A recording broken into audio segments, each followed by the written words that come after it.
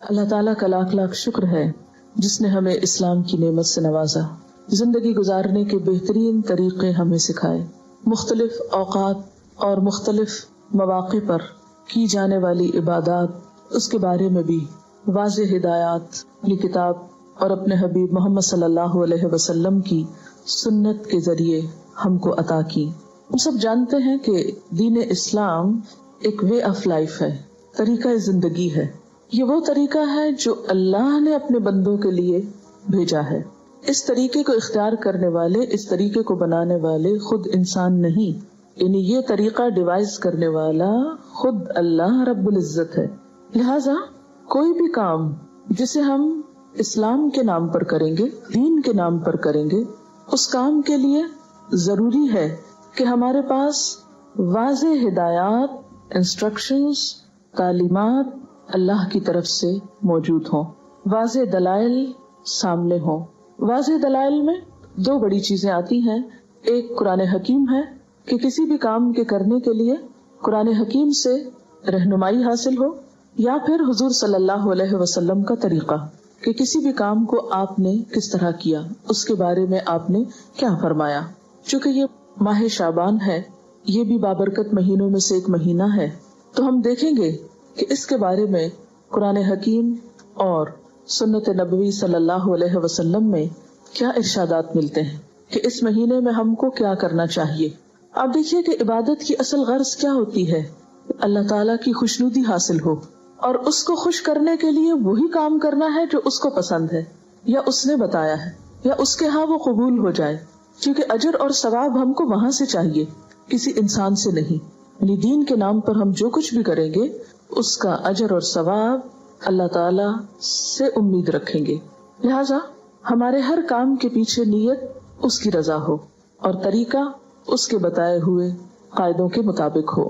جب ہم ماہ شعبان کے بارے میں قرآن پاک کی طرف رجوع کرتے ہیں تو ہمیں کوئی خاص آیت اس کی فضیلت کے بارے میں نہیں ملتی۔ مثلا رمضان المبارک کے بارے میں قرآن پاک میں آتا ہے، شہر رمضان الذی انزل فیہ القرآن۔ رمضان کی ایک رات لیلۃ القدر کے بارے میں بھی آتا ہے کہ لیلۃ القدر خیر من الف شہر، لیکن شعبان کے بارے میں کوئی ایسی آیت نہیں آتی۔ زیادہ سے زیادہ اس کی فضیلت کے بارے میں جو چیزیں ہم کو معلوم ہوتی ہیں وہ احادیث سے ہیں۔ احادیث میں ہم دیکھتے ہیں کہ اس مہینے کی جو مخصوص عبادات بتائی گئی ہیں وہ روزے ہیں۔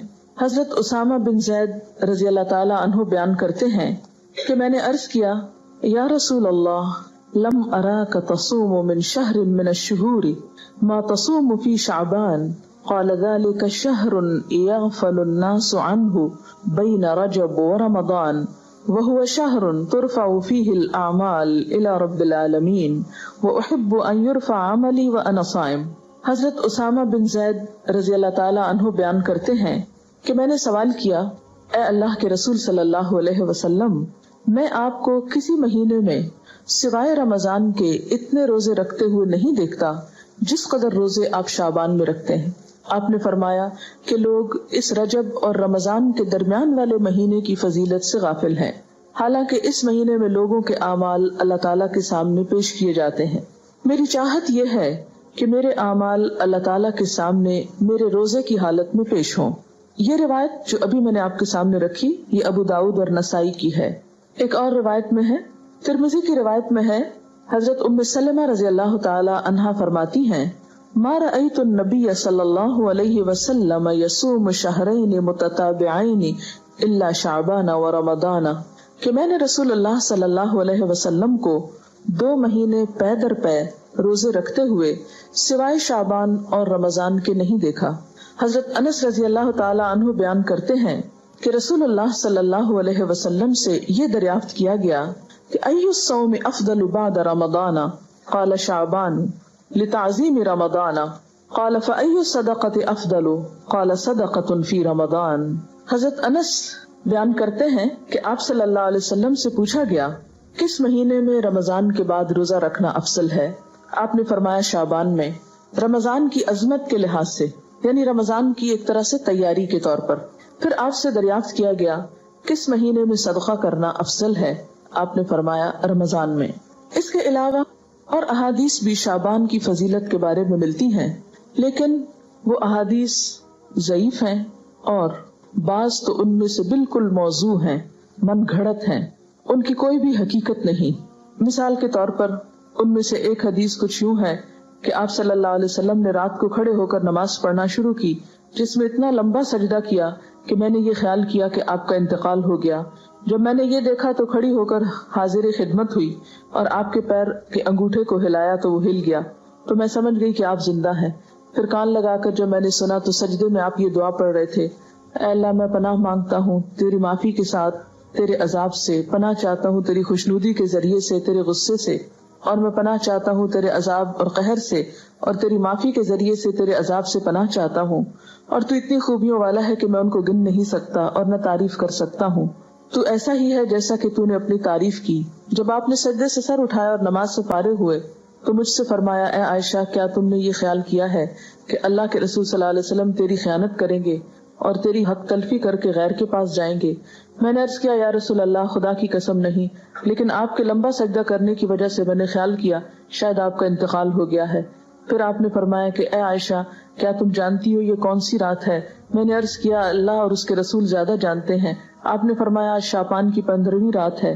اس شب میں اللہ تعالیٰ اپنے بندوں کی طرف نظر رحمت سے دیکھتا ہے، معافی چاہنے والوں کو معاف کرتا ہے، رحم چاہنے والوں کو رحم فرماتا ہے، اور بغض رکھنے والوں کو ان کے حال پہ چھوڑ دیتا ہے۔ لیکن اس حدیث کی کوئی بھی اصل نہیں، یہ حدیث جو ہے درست نہیں اور اس پر اعتبار نہیں کیا جا سکتا۔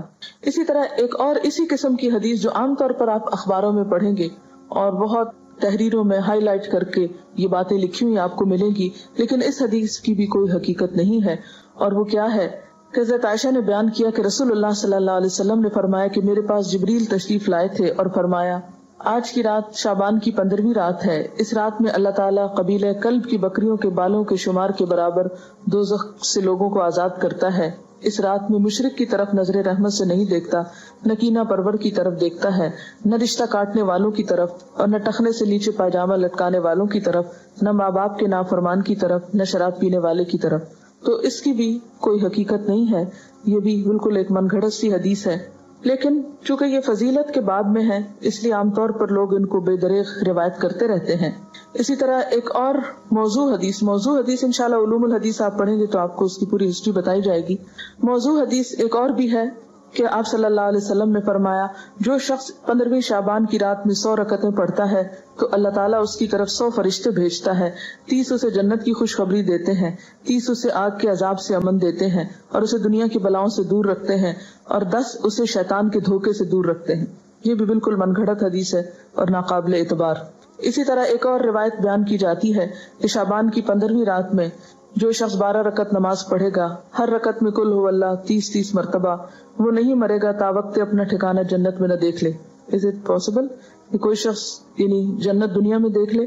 کیونکہ حدیث میں آتا ہے کہ وہ ایسی جگہ ہے کہ کسی آنکھ نے اس کو دیکھا ہی نہیں، کوئی دماغ اس کا تصور نہیں کر سکتا، خواب میں بھی کوئی نہیں دیکھ سکتا، تو کہاں یہ کہ وہ دیکھ لے۔ یہ بالکل من گھڑت سٹوری ہے اور ناقابل اعتبار، اور اس کی سفارش اس کے گھر کے 10 جہنمیوں کے بارے میں قبول کی جائے گی۔ آپ خود سوچیں ذرا اس کی حقیقت پر کہ ایک شخص ساری زندگی 5 وقت نماز پڑھتا ہے، صدقہ خیرات کرتا ہے، جھوٹ سے بچتا ہے، حرام سے بچتا ہے، اس کے بارے میں تو کوئی ایسی خوشخبری نہیں سنائی گئی، اور کہاں یہ کہ ایک شخص ایک رات میں کھڑے ہو کر ایک رکعت میں 30 دفعہ قل ہو اللہ پڑھ لے اور اس کے لیے اتنی بڑی بشارتیں کہ وہ دنیا میں ہی جنت دیکھ لے اور 10 گھر والوں کو بچا لے کہ جن کے بارے میں جہنم کا فیصلہ ہو چکا۔ یہ بات تو عقل بھی نہیں مانتی، کہاں یہ کہ اس کے اوپر دین کے اعتبار سے کوئی اعتماد کیا جا سکے۔ پھر اسی طرح ایک اور موضوع حدیث ہے، شعبان کی 15ویں تاریخ کا روزہ 120 سال کے روزے کے برابر ہے۔ یہ بھی مشہور ہے بات، اور یہ بالکل جھوٹ بات ہے، یعنی 60 سال گزشتہ زمانے کے اور 60 سال آئندہ کے، اور یہ چیز بھی قابل اعتبار نہیں۔ تو جو صحیح روایات سے ہم کو پتہ چلتا ہے شعبان کے بارے میں وہ کیا ہے کہ اس مہینے میں روزوں کی فضیلت ہے، یعنی ایک برکت والا مہینہ ہے، رمضان کی ابتدا ہے، رمضان کی تیاری ہے، اور کثرت سے نفلی روزے رکھنے چاہیے۔ ہاں 15 شعبان کے بعد نفلی روزوں سے بھی روکا گیا ہے تاکہ رمضان کے لیے کمزوری نہ ہو اور رمضان کے روزے چھوٹنے کا اندیشہ نہ ہو۔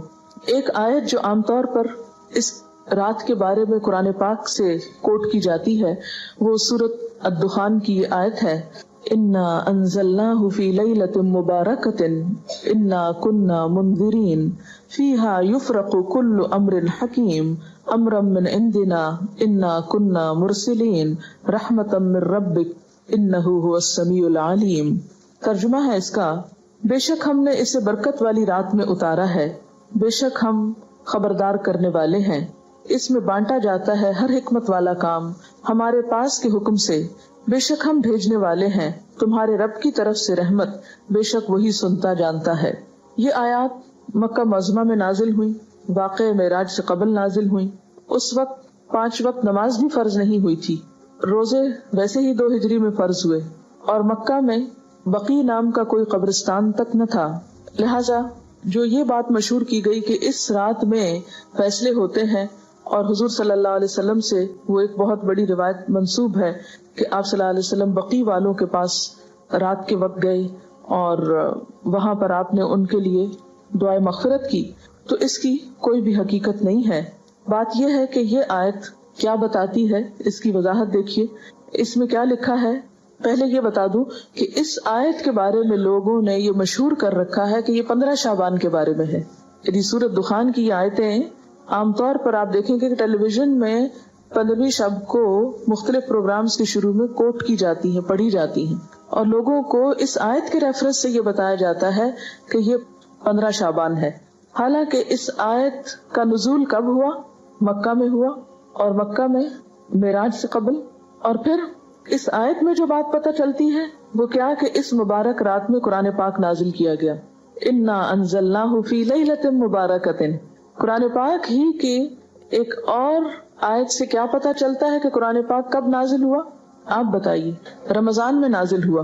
سورۃ البقرہ کی آیت شہر رمضان الذی انزل فیہ القرآن، کہ رمضان وہ مہینہ ہے جس میں قرآن پاک نازل کیا گیا۔ پھر وہ رات شعبان میں کیسے آ گئی؟ پھر دوسری بات یہ ہے کہ سورۃ القدر کے شروع میں کیا آتا ہے؟ انا انزلناہ فی لیلۃ القدر، اور لیلۃ القدر کون سی ہے؟ وما ادراک ما لیلۃ القدر، لیلۃ القدر خیر من الف شہر تنزل الملائکۃ والروح فیہا باذن ربہم من کل امر سلام ہی حتی مطلع الفجر۔ ہمیشہ سے آپ کو معلوم ہے کہ اس سورت کی جو تفسیر کی جاتی ہے وہ کیا ہے کہ یہ کس رات کے بارے میں بات ہے؟ لیلۃ القدر کے بارے میں۔ اور لیلۃ القدر کیا شعبان میں ہوتی ہے یا رمضان میں؟ رمضان میں۔ اور رمضان کی کون سی رات ہوتی ہے؟ اس کے بارے میں تاکید سے نہیں بتایا گیا کہ کون سی رات، ہاں آخری عشرے کی رات ہے۔ اور اس کی تفصیل کہاں سے پتہ چلتی ہے؟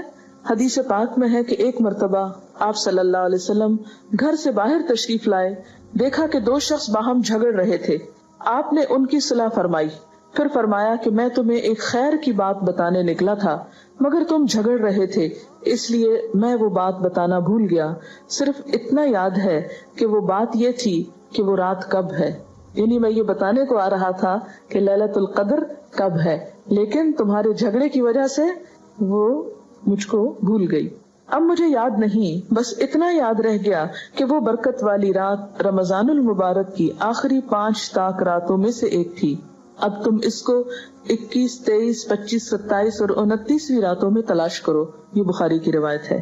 آپ صلی اللہ علیہ وسلم اس رات کو پانے کے لیے رمضان کے آخری عشرے کا اعتکاف فرمایا کرتے تھے، یہ بھی بخاری کی روایت ہے۔ تو اس سے کیا پتہ چلتا ہے کہ لیلۃ القدر، قدر سے مراد کیا ہے؟ ایک تو قدر و قیمت کے معنی میں آتا ہے، دوسرا قدر سے مراد تقدیر بھی ہے کہ تقدیر کے فیصلے اس رات میں ہوتے ہیں، نہ کہ 15 شعبان کی رات کو۔ اور پھر آپ دیکھیں کہ اس میں ان آیتوں میں جو میں نے آپ کے سامنے سورۃ الدخان کی پڑھی ہیں، ان میں آتا ہے فیہا یفرق کل امر حکیم۔ فیہا سے مراد کیا ہے؟ اس رات میں یفرق تقسیم کیے جاتے ہیں، کل امر سب کام، حکیم حکمت والے، یعنی ہر قسم کے فیصلے اس رات میں فرشتوں کے حوالے کیے جاتے ہیں، ان کو دے دیے جاتے ہیں۔ تو اس سے بھی کیا پتہ چلتا ہے کہ سورۃ الدخان کی یہ آیت 15 شعبان کے بارے میں نہیں ہے بلکہ لیلۃ القدر کے بارے میں ہے، جس میں قرآن پاک بھی نازل ہوا اور جس میں لوگوں کی قسمتوں کے بھی فیصلے کیے جاتے ہیں۔ پھر اسی طرح یہ بات ہے کہ عام طور پر یہ کہا جاتا ہے یعنی شعبان کے مہینے میں جو مختلف کام ہوتے ہیں ان کی تھوڑی سی حقیقت بتانا چاہوں گی کہ ہمارے ہاں جو چیزیں مشہور ہیں ان کی اصل کیا ہے. پہلی بات تو یہ کہ شعبان بابرکت مہینہ ہے، لیکن اس کی واحد برکت کیا ہے؟ روزے رکھے جائیں، اعمال اللہ کے ہاں پیش ہوتے ہیں. اور آپ صلی اللہ علیہ وسلم نے کیا فرمایا کہ میں یہ چاہتا ہوں کہ میرا عمل اس وقت اللہ کے ہاں پیش ہو جب میں روزے سے ہوں.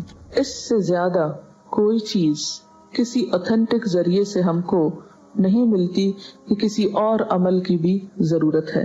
ہمارے ہاں یہ رات یعنی شعبان میں خاص طور پر 15 شعبان کی رات شب برات کے نام سے مشہور ہے، جس کو شب رات کہتے ہیں. آپ دیکھیے کہ اسلام میں جو اہم دن آتے ہیں قرآن پاک اور سنت رسول صلی اللہ علیہ وسلم سے پتہ چلتے ہیں، ان میں سے بعض یہ ہے مثلا یوم الحج، یوم عرفہ جس کو کہتے ہیں، یوم ترویہ جس دن حج کی ابتدا ہوتی، یوم نحر جس دن قربانی ہوتی، شہر رمضان جب روزے رکھے جاتے، لیلۃ القدر جو رمضان ہی کے آخری راتوں میں سے ایک ہے، قرآن جس میں نازل ہوا، عید الاضحیٰ، عید الفطر، ایام 20. ایام 20 کیا ہے؟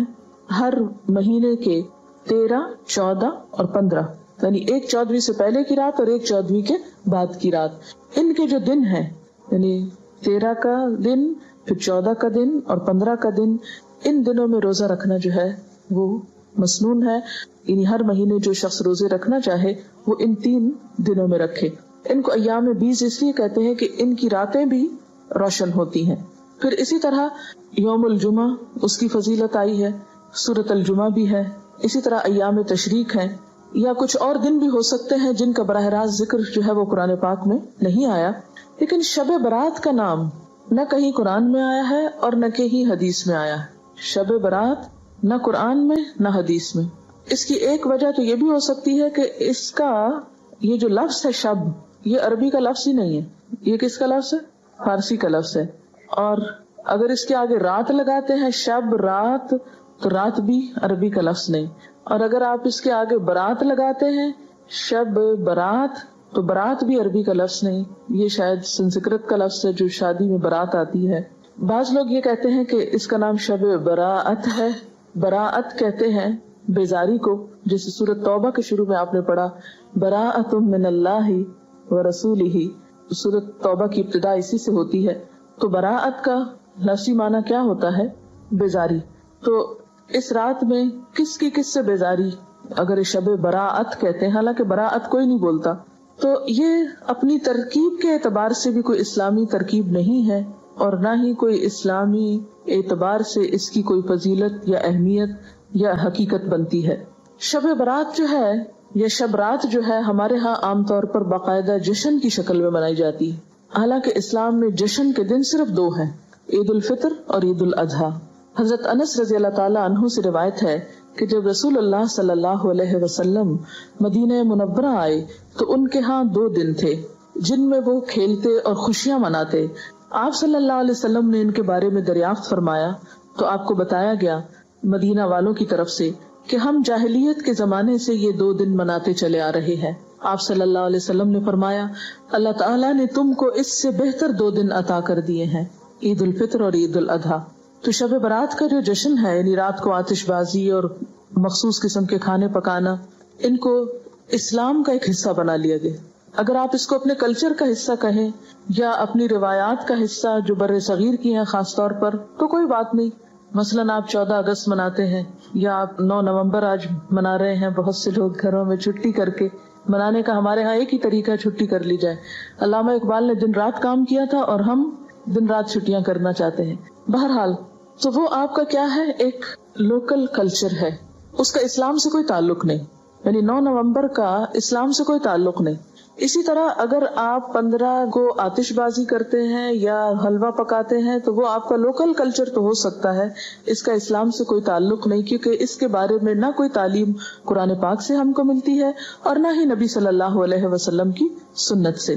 مثلاً اس رات میں کیا ہوتا ہے، حلوہ پکایا جاتا ہے اور دوسروں کو کھلایا جاتا ہے، مردوں کی فاتحہ دلائی جاتی ہے، چراغاں کیا جاتا ہے، کینڈلز وغیرہ لوگ چھتوں پر جلاتے ہیں اور اب اس کی جگہ دوسری بجلی کی بتیاں بھی جلائی جاتی ہیں، آتش بازی کی جاتی ہے، گھروں میں خاص طور پر رنگ روغن کیا جاتا ہے، صاف کیا جاتا ہے، لیکن اگر غور کیا جائے تو ان میں سے کوئی بھی چیز اپنی اصل کے اعتبار سے قرآن اور سنت سے نہیں ہے۔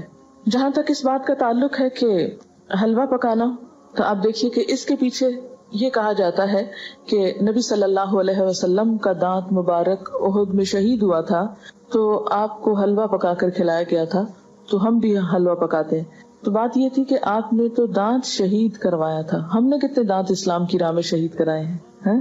تو اگر دانت ہمارا شہید نہیں ہو تو حلوہ کھانے کا ہم کو کیا حق ہے؟ دوسری بات یہ کہ آپ کو یہ معلوم ہے کہ جنگ احد شوال میں ہوئی تھی، جنگ احد شوال میں ہوئی تھی، اور ہم حلوہ 15 شب کو کھا رہے ہیں۔ لہٰذا اس حلوے کی کوئی بھی اصل نہیں ہے۔ اس رسم کی کچھ اصل ہندوانہ کلچر میں ملتی ہے۔ وہ کیا؟ ہندوؤں میں سال میں ایک دفعہ حلوہ پوری پکا کر کبوں کو کھلائی جاتی ہے، یہ ان کی ایک رسم ہے، اور وہ اسے بزرگوں پرکھوں کو کھلانا کہتے ہیں۔ کیا کہتے ہیں؟ بزرگوں پرکھوں کو کھلانا۔ شب برات میں عموماً صرف حلوہ نہیں، پوری بھی ہوتی ہے جو شاید اسی کلچر سے مشابہت رکھتی ہے۔ پھر آپ دیکھیے کہ بعض لوگ یہ کہتے ہیں کہ حضرت اویس قرنی نے آپ صلی اللہ علیہ وسلم کی مطابق میں دانت شہید کیا تھا اور انہوں نے حلوہ کھایا تھا، تو یہ ہے کہ اگر آپ نے ان کی بھی پیروی کرنی ہے تو پھر پوری کیجیے، آدھے حصے کی نہیں، پہلے دانت توڑیے اور اس کے بعد پھر حلوہ کھائیے۔ لیکن بات یہ ہے کہ آپ صلی اللہ علیہ وسلم سے صرف بیٹھ کر حلوہ کھانے کی کوئی روایت نہیں ملتی۔ آپ کے گھر میں تو 2 ماہ چولہا نہیں جلتا تھا، صرف کھجور پانی پہ گزارا ہوتا تھا۔ پھر اسی طرح یہ ہے کہ بعض لوگ شب برات کو مردوں کی عید بھی کہتے ہیں، یعنی عید الفطر تو زندوں کی عید ہے، بعض کے ہاں شب برات مردوں کی عید ہے۔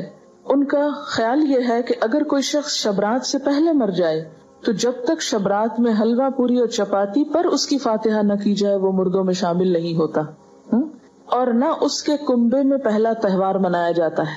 یعنی رواج کیا ہے کہ جب کوئی فوت ہو جائے تو پہلا تہوار یہ منایا جائے، پھر اس کے بعد کوئی شادی رکھی جائے یا کوئی اور خوشی کا موقع، تو یہ مردے کی پہلے عید کی جائے پھر اپنی عید۔ آپ نے دیکھا ہوگا کہ اگر کسی کا کوئی رشتہ دار عید سے پہلے فوت ہو جائے تو لوگ عید نہیں مناتی ہے، ہمارے یہاں کتنی عام ہے یہ بات نا۔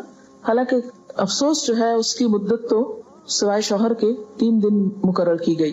پھر اسی طرح یہ ہے کہ ان کے ہاں، ہندوؤں کے ہاں، اگر کوئی فوت ہو جائے تو یہ پرکھوں کو کھلانے والے واقعے سے پہلے نہ کوئی شادی بیاہ رکھتے ہیں اور نہ ہی کوئی اور خوشی کا موقع۔ اور اسی طرح یہ ہے کہ اگر کوئی شخص یہ نہ کرے تو اس کو اپنی برادری سے نکال دیتے ہیں، یہ بھی ہندوؤں کے ہاں ہے۔ جب تک وہ برادری والوں کو روٹی نہ کھلائے یا یہ حلوہ پوری نہ کھلائے اس وقت تک اسے برادری میں شامل نہیں کرتے، کیونکہ ان کے ہاں ذات پات اور برادری سسٹم بہت اسٹرانگ ہے۔ تو انہی کے اس کلچر سے متاثر ہو کر ہمارے ہاں بھی مردوں کی عید کے نام سے شبرات کو حلوہ پوری پر فاتحہ جو ہے ان کے لیے دی جانے لگی۔ ان کے ہاں یہ بھی خیال کیا جاتا ہے کہ جب تک یہ رسم ادا نہ ہو انسان مردوں میں شریک نہیں ہوتا، وہ معلق رہتا ہے۔ اب آپ دیکھیں کہ جو لوگ یہ رسم نہیں کرتے ان کے تو سب مرنے والے اب تک لٹک رہے ہیں کہیں، اور وہ مردوں میں شریک نہیں ہوئے۔ یہ کتنی نانسنس قسم کی بات ہے، کیا کوئی دین اس قسم کی تعلیمات دے سکتا ہے؟ اسی طرح بعض لوگوں کے ہاں یہ رواج بھی ہے کہ وہ گھروں کی صفائی کر کے ایک مخصوص جگہ پر حلوہ چپاتی رکھتے ہیں، اور موسمی پھل بھی اور مٹھائیاں بھی اور کھانے پینے کی چیزیں بھی، اور وہ کہتے ہیں کہ یہ مرنے والے کے لیے ہیں، اور ہر وہ چیز رکھی جاتی ہے جو مرنے والے کو پسند ہوتی ہے، اور بعض اوقات لوبان اور اگربتی وغیرہ جلا کر بھی اس کو مزید برونق کیا جاتا ہے۔ اور بعض لوگوں نے یہ بھی تصور قائم کر رکھا ہے کہ میت کی روح 40 دن تک گھر پر آتی رہتی ہے، اور خصوصاً شبرات کو بھی آتی ہے، یعنی 40 دن تک آنے کے علاوہ شبرات کو بھی آتی ہے۔ تو اس کا کوئی ثبوت نہ قرآن پاک سے ہم کو ملتا ہے اور نہ ہی حدیث سے ملتا ہے۔ ابھی ریسنٹلی آپ نے سورۃ المومنون پڑھی، اس میں آپ نے برزخ کے بارے میں پڑھا، وَمِن وَرَائِهِمْ بَرْزَخٌ إِلَىٰ يَوْمِ يُبْعَثُونَ، کہ مرنے والا جب مر جاتا ہے تو ان کے پیچھے کیا ہے؟ برزخ، پردہ آ گیا۔ کب تک؟ الی یوم یبعثون۔ کہاں اب ان کا آپ کے گھروں میں آنا اور آ کر کھانے پینے کی چیزیں دیکھ کر ترسنا، کیونکہ اب وہ خود تو کھا نہیں سکتے۔ یعنی یہ کتنے افسوس کی بات ہے کہ ایک روح آ رہی ہے اور آپ اس کے لیے کھانے پینے کی چیزیں رکھ رہے ہیں جو وہ کھا بھی نہیں سکتی۔ تو دین میں اس قسم کے کوئی عمل نہیں ہے کہ جو عقل سے مطابقت نہ رکھتے ہوں۔ جی، یہ پوچھ رہی ہیں کہ وہ سب پھر کھاتا کون ہے؟ اگر سمجھ بھی لیا جائے کہ وہ سپوز کہ وہ آتے ہیں تو آ کے دیکھ کے چلے جاتے ہیں اور پھر ہم خود بیٹھ کے کھا لیتے ہیں، یا اوروں کو کھلا دیتے ہیں. یہ کس قدر شرمناک بات ہے کہ مہمان نے تو کچھ کھایا نہیں اور اپنی موج کر لی ہم نے. اور بعض لوگ اس کی دلیل جو روحوں کے آنے کی کہتے ہیں کہ قرآن پاک میں بھی روح کا لفظ آیا ہے، اور حالانکہ آپ جتنی آیتیں بھی اس ضمن میں پڑھ چکے ہیں وہ حضرت جبریل علیہ السلام کے بارے میں ہے یا وحی کے بارے میں ہے. اور بعض لوگوں کا خیال یہ ہے کہ اگر شب رات کو یہ فاتحہ نہ دلائی جائے تو مردے غمگین واپس جاتے ہیں، اور اگر فاتحہ دلائی جائے تو مردے خوش خوش واپس جاتے ہیں. یہ ہندوانہ سوچ ہے، کیونکہ ہندوؤں کے ہاں روحیں بھٹکتی پھرتی ہیں. انشاءاللہ آپ کو لیٹر آن یہ 3 بڑے مذاہب جو برے صغیر سے متعلق ہیں، ہندوازم اور بدھزم اور سکھوں کے بارے میں انشاءاللہ کچھ لیکچرز دلوائے جائیں گے. یہ ہم آخر میں بالکل کرتے ہیں، اور اس وقت جب آپ قرآن پاک تقریباً پڑھ چکے ہو، تاکہ آپ جب وہ سنیں تو قرآن کو کمپیئر کر سکیں کہ ان باتوں کی تردید قرآن میں کس کس طریقے سے ہوتی ہے. پھر آپ کے اپنے اندر بھی ایک میزان پیدا ہو جاتا ہے نا. اگر ہم ابھی آپ کو سنا دیں تو شاید آپ کو وہ ایک معلومات سے زیادہ کوئی چیز نہ لگے. تو ہندوؤں کے ہاں یہ سمجھا جاتا ہے کہ روحیں بھٹکتی پھرتی ہیں، اور ان کے خیال میں تو بعض اوقات وہ دشمنوں سے انتقام بھی لیتی ہیں، لیکن قرآن پاک سے اور حضور صلی اللہ علیہ وسلم کی سنت سے کہیں ثابت نہیں. آپ صلی اللہ علیہ وسلم نے کبھی نہیں فرمایا کہ آج حضرت خدیجہ کی روح واپس آئی ہے، یا میرے والدین کی روح آئی ہے، یا آپ کے بیٹے جو آپ کی زندگی میں فوت ہو گئے تھے ان میں سے کسی کی روح آئی، یا آپ کے جو عزیز چچا تھے حضرت حمزہ ان کی کوئی روح، یا دیگر کسی کی بھی روح کے بارے میں آپ صلی اللہ علیہ وسلم سے کوئی بھی ایک روایت نہیں ملتی.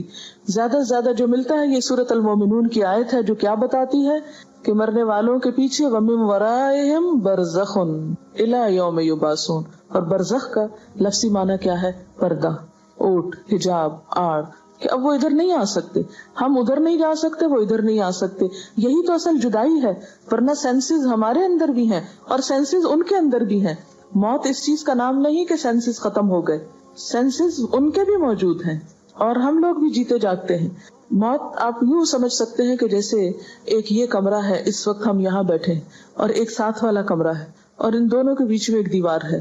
اس کا دروازہ کھلتا ہے تو ایک شخص ادھر چلا جاتا ہے. موت کا بھی یہی ہوتا ہے کہ وہ ایک مخصوص گیٹ کھلتا ہے اور انسان اس دنیا سے رخصت ہو کے دوسری دنیا میں چلا جاتا ہے. موت فنا کا نام نہیں، موت صرف انتقال ہے، ایک جگہ سے دوسری جگہ جانے کا نام ہے.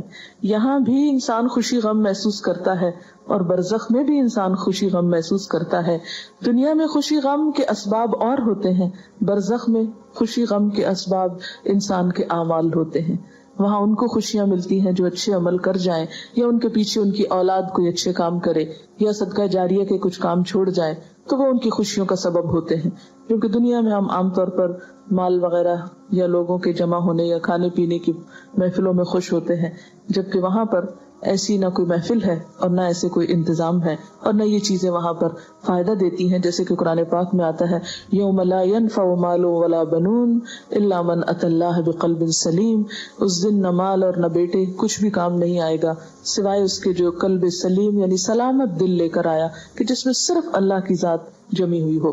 اسی طرح یہ ہے کہ ہمارے ہاں چراغاں اور آتش بازی کی جاتی ہے، لائٹننگ کی جاتی ہے. یہ بھی بیسیکلی ایک ہندوانہ رسم ہے، اور اگر ہندوانہ نہ بھی ہو ہمیں اس سے بھی کوئی نہیں کہ کس کی ہے اور کس کی نہیں، اس لیے کہ صرف ہندو نہیں تو دنیا بھر میں اب آتش بازی کے شو جو ہیں وہ دیکھے جا سکتے ہیں. اسلامکلی ایسی چیزوں کو بہت پروموٹ کرنا، تھوڑا بہت روشنی اور تھوڑی بہت ایسی چیز اعتدال میں، تو وہ کسی حد تک آپ کہہ سکتے ہیں. مثلا شادی کے موقع پر اگر اعلان کرنا ہے، کیونکہ لازم ہے نکاح کا اعلان کرنا، تو اس کے لیے اگر کوئی تھوڑی بہت روشنی کر لیتا ہے حدود کے اندر رہتے ہوئے تو کوئی حرج نہیں.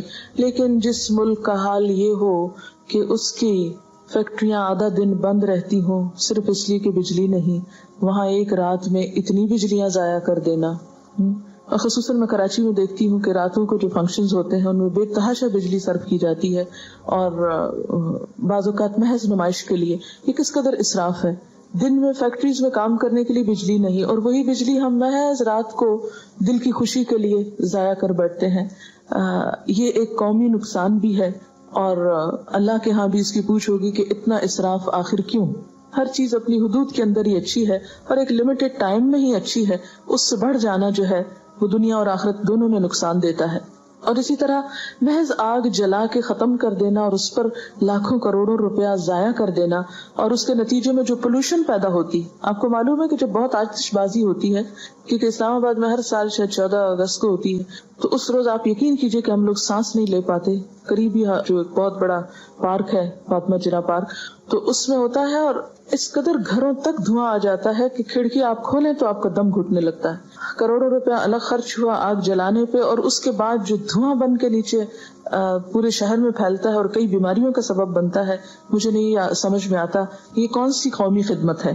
اس سے بہتر ہے کہ ہم کوئی بھی ایسا تعمیری کام کریں اس روز کہ جس سے ہماری قوم تھوڑا آگے جائے دنیاوی اعتبار سے بھی.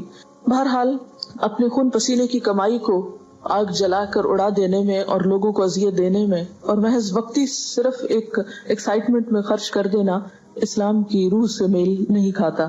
پھر یہ ہے کہ ہمارے ہاں عام طور پر اس رات کے بارے میں کچھ فضیلتیں منسوب ہیں. مثلاً یہ کہ شب برات میں سالانہ بجٹ تقسیم ہوتا ہے، سال بھر کے امور کا فیصلہ ہوتا ہے، رزق، شادی، اولاد، حج، موت، بیماری، فراخی، تنگی، عزت، ذلت، حادثات، غمی، خوشی. اس رات بعض لوگوں کو مردوں میں لکھ دیا جاتا ہے. تو یہ سب باتیں جو ہے من گھڑت ہیں، ان میں سے کسی ایک چیز کی بھی حقیقت نہیں. یہ سب کچھ لیلۃ القدر تقدیر کی رات میں ہوتا ہے، نہ کہ شعبان کی 15 رات میں.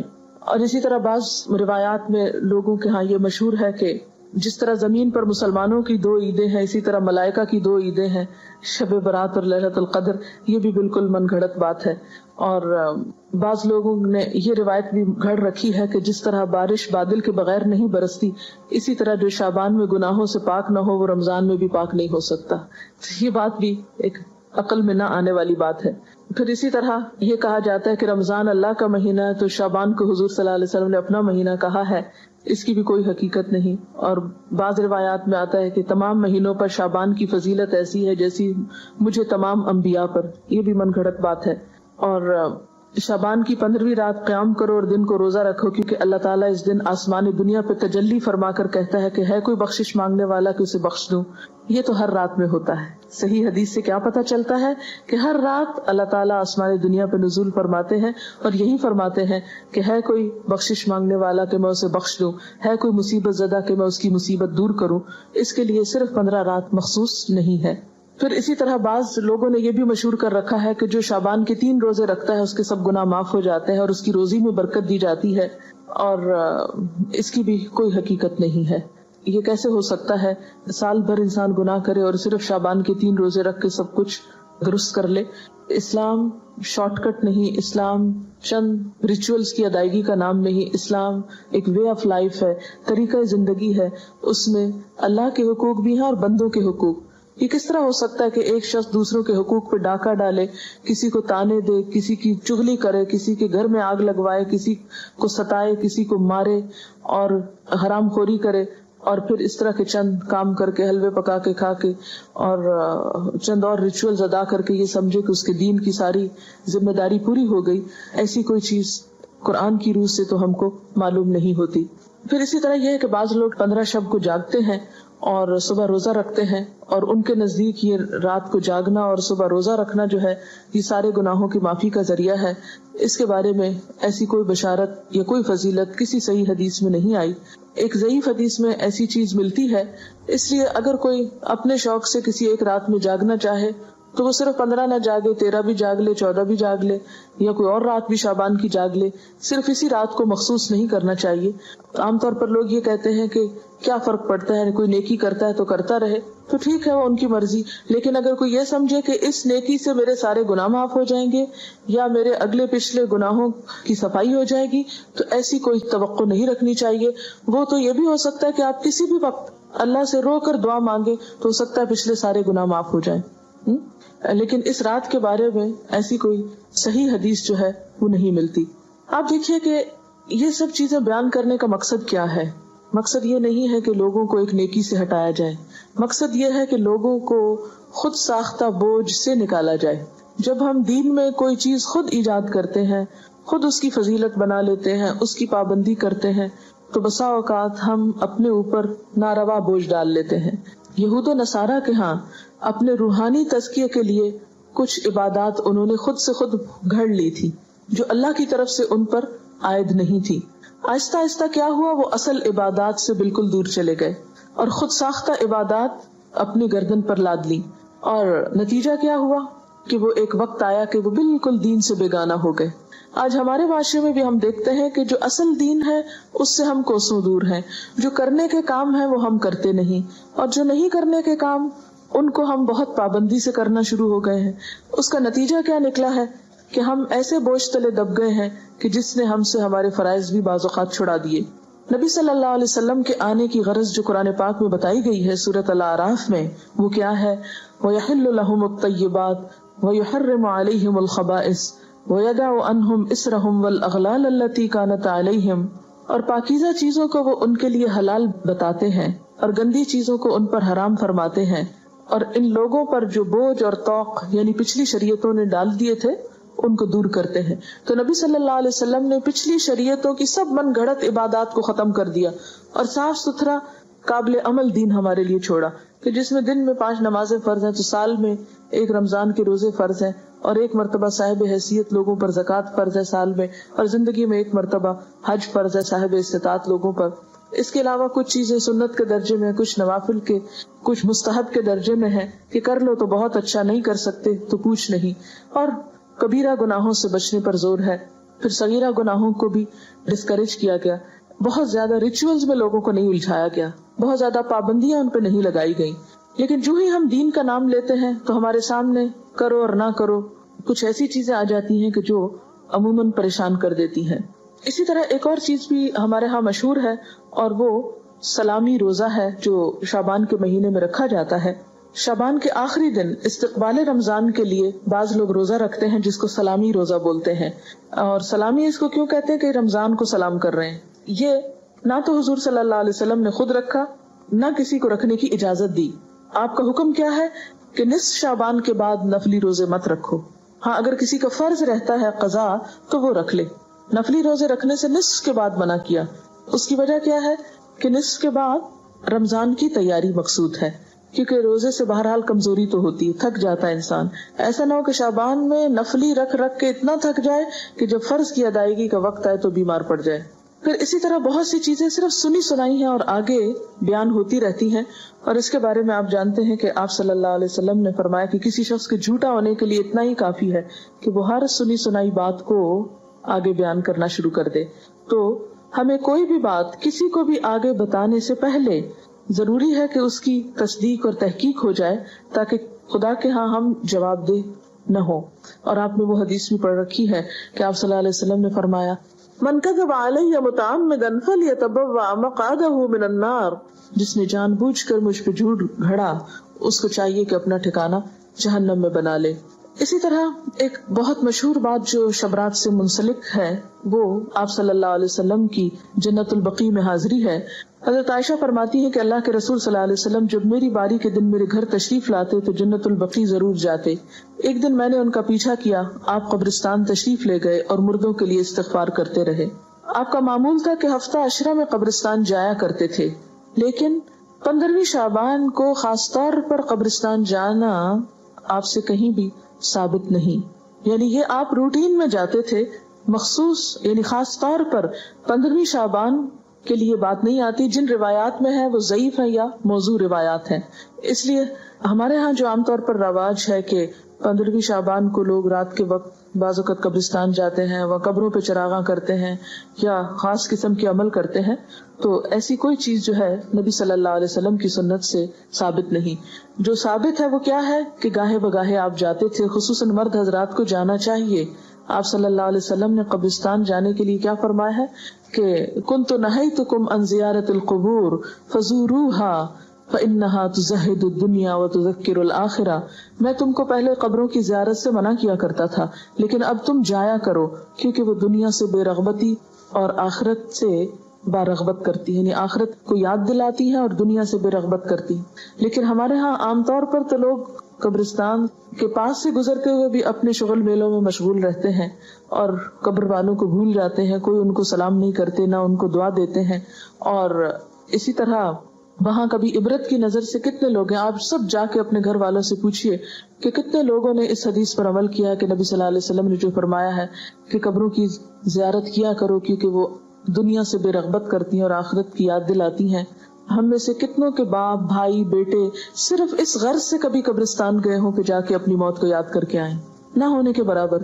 لیکن جو چیز اللہ کے رسول صلی اللہ علیہ وسلم نے نہیں کی وہ ہم سب شوق سے کرتے ہیں, اور اس میں پھر ایک میلے کا سما بھی پیدا کر لیتے ہیں.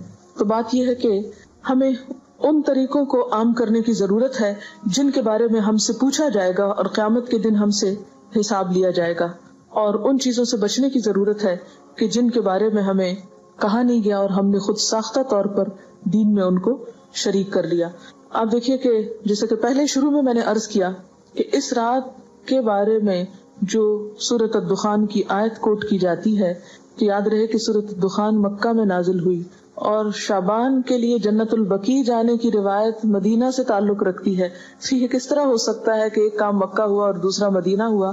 یہ سب باتیں اس لیے مشہور ہوئی کہ ان کی اصل حقیقت پر غور نہیں کیا گیا, اور صرف دیکھا دیکھی یا سنا سنائی میں یہ چیزیں عام کر کے لوگوں میں اتنی پھیلا دی گئیں کہ اگر کوئی شخص اس کے بارے میں یہ بتائے بھی کہ یہ درست نہیں تو عموماً اسی کو برا بھلا کہا جاتا ہے اور ان چیزوں پر اصرار کیا جاتا ہے. یہ تھی اصل حقیقت جو میں نے آپ کے سامنے رکھی ہے. اگر آپ چاہیں تو اس کو قبول کر لیں, اور چاہیں تو آپ وہی کریں جو آپ کرتے رہتے ہیں, کیونکہ میرا حساب بھی اللہ کے ذمہ ہے اور آپ کا بھی. ہم میں سے کوئی کسی کا ذمہ دار بنا کے نہیں بھیجا گیا, ہر ایک کو خود جواب دہی کرنی ہے. فرض یہ بنتا ہے کہ جو بات انسان کو معلوم ہو وہ دوسروں تک پہنچا دے. تو خلاصہ کیا ہے ساری گفتگو کا کہ نمبر 1 کہ بابرکت رات جس کی طرف سورۃ الدخان میں اشارہ کیا گیا ہے وہ لیلۃ القدر کی رات ہے, اور لیلۃ القدر رمضان کی رات ہے, 15 شعبان کی رات نہیں ہے. اور اس کے علاوہ جو رسم و رواج عموماً اس رات کے حوالے سے کیے جاتے ہیں وہ اسلامی کلچر کا حصہ نہیں. اور انہی رسموں کے بارے میں ہی علامہ اقبال نے کہا تھا, وضع میں تم ہو نصارہ تو تمدن میں ہنود, یہ مسلمان ہیں جنہیں دیکھ کے شرمائے یہود, یہ امت روایات میں کھو گئی, حقیقت خرافات میں کھو گئی. تو بات یہ ہے کہ خرافات اتنی عام ہو گئی ہیں کہ اصل حقیقت ہماری نظروں سے اوجھل ہو گئی ہے.